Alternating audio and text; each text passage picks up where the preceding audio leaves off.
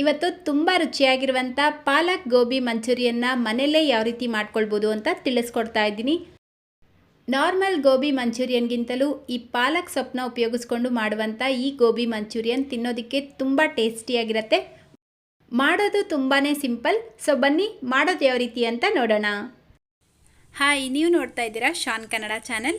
Video ಇಷ್ಟ ಆದರೆ please like ಮಾಡಿ, ಹಾಗೆ ಫ್ರೆಂಡ್ಸ್ ಮತ್ತು ಫ್ಯಾಮಿಲಿಯವ್ರ ಜೊತೆಲಿ ಶೇರ್ ಮಾಡಿ.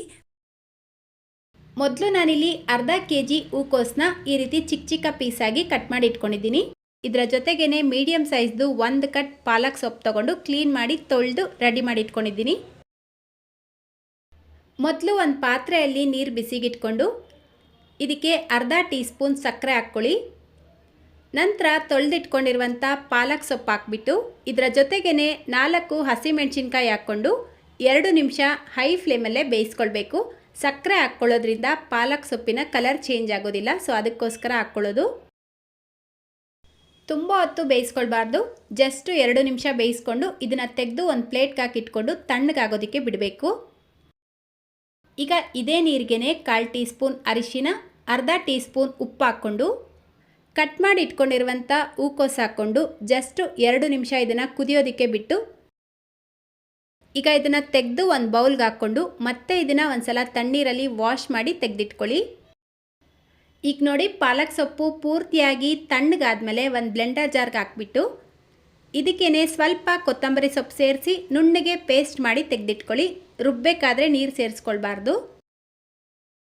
ನೆಕ್ಸ್ಟ್ ಈಗ ಒಂದು ಮಿಕ್ಸಿಂಗ್ ಬೌಲ್ ತೊಗೊಂಡು 4 ಟೇಬಲ್ ಸ್ಪೂನ್ ಮೈದಾ ಹಿಟ್ಟು, 2 ಟೇಬಲ್ ಸ್ಪೂನ್ ಕಾರ್ನ್ಫ್ಲವರ್ ಅಥವಾ ಅಕ್ಕಿ ಹಿಟ್ಟು, 1 ಟೇಬಲ್ ಸ್ಪೂನ್ ಕಡಲೆ ಹಿಟ್ಟು, ರುಚಿಗೆ ತಕ್ಕಷ್ಟು ಉಪ್ಪು ಹಾಕ್ಬಿಟ್ಟು ರುಬ್ಬಿಟ್ಕೊಂಡಿರುವಂಥ ಪಾಲಕ್ ಸೊಪ್ಪಿನ ಪೇಸ್ಟ್ ಹಾಕ್ಕೊಳ್ಬೇಕು. 3 ಟೇಬಲ್ ಸ್ಪೂನ್ನಷ್ಟು.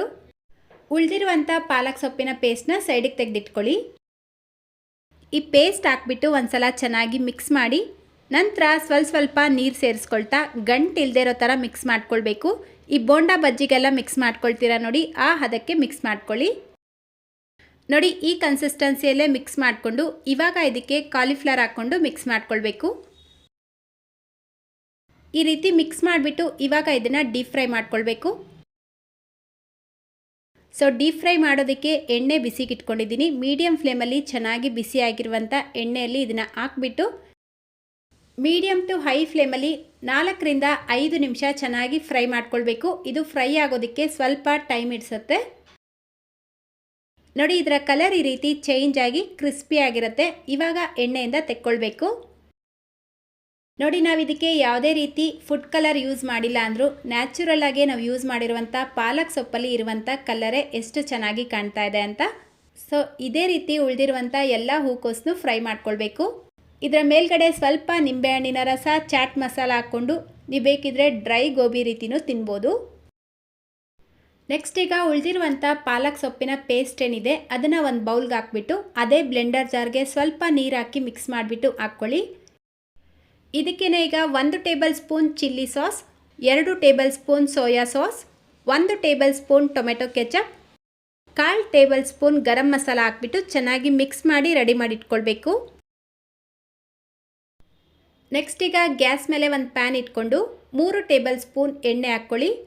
ಈಗ ಸಣ್ಣದಾಗಿ ಕಟ್ ಮಾಡಿರುವಂಥ ಬೆಳ್ಳುಳ್ಳಿ ಅರ್ಧ ಟೇಬಲ್ ಸ್ಪೂನ್, ಶುಂಠಿ ಅರ್ಧ ಟೇಬಲ್ ಸ್ಪೂನ್ ಹಾಕ್ಬಿಟ್ಟು ಫ್ರೈ ಮಾಡ್ಕೊಳ್ಳಿ. ಇದರ ಜೊತೆಗೇ ಮೀಡಿಯಂ ಸೈಜ್ದು 1 ಈರುಳ್ಳಿನ ಈ ರೀತಿ ಉದ್ದುದ್ದಕ್ಕೆ ಕಟ್ ಮಾಡಿ ಹಾಕ್ಕೊಂಡು ಫ್ರೈ ಮಾಡ್ಕೊಳ್ತಾ ಇದ್ದೀನಿ. ಈರುಳ್ಳಿ ಟ್ರಾನ್ಸ್ಪರೆಂಟ್ ಆಗಿದ ತಕ್ಷಣ ನಾವು ಮಿಕ್ಸ್ ಮಾಡಿ ಇಟ್ಕೊಂಡಿರುವಂಥ ಪಾಲಕ್ ಪೇಸ್ಟ್ ಏನಿದೆ ಅದನ್ನು ಹಾಕ್ಬಿಟ್ಟು ಲೋ ಫ್ಲೇಮ್ನಲ್ಲೇ 4 ರಿಂದ 5 ನಿಮಿಷ ಚೆನ್ನಾಗಿ ಮಿಕ್ಸ್ ಮಾಡ್ಕೊಳ್ತಾ ಫ್ರೈ ಮಾಡ್ಕೊಳ್ಬೇಕು.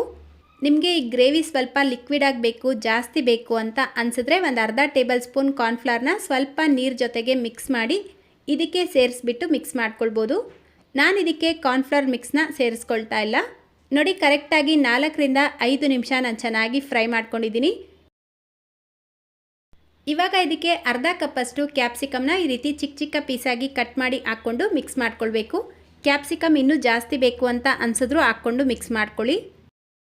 ನೋಡಿ, ಈ ರೀತಿ ಚೆನ್ನಾಗಿ ಮಿಕ್ಸ್ ಮಾಡ್ಕೊಂಡಿದ್ದ ನಂತರ ನಾವು ಆಲ್ರೆಡಿ ಫ್ರೈ ಮಾಡಿ ತೆಗೆದಿಟ್ಕೊಂಡಿರುವಂಥ ಗೋಬಿ ಹಾಕ್ಕೊಳ್ಬೇಕು.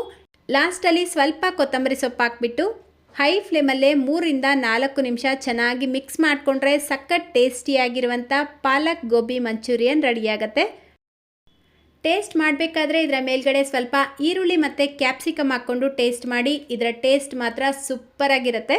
ಸೊ ಇವತ್ತಿನ ಈ ಗೋಬಿ ಮಂಚೂರಿಯನ್ ರೆಸಿಪಿ ನಿಮ್ಮೆಲ್ಲರಿಗೂ ಇಷ್ಟ ಆಗಿದೆ ಅಂತ ಅಂದ್ಕೊಳ್ತೀನಿ. ಇಷ್ಟ ಆಗಿದ್ರೆ ಪ್ಲೀಸ್ ಲೈಕ್ ಶೇರ್ ಮಾಡೋದನ್ನು ಮರಿಬೇಡಿ. ಇದೇ ರೀತಿ ಮತ್ತೊಂದು ಟೇಸ್ಟಿಯಾಗಿರುವಂಥ ರೆಸಿಪಿಯೊಂದಿಗೆ ಸಿಗೋಣ.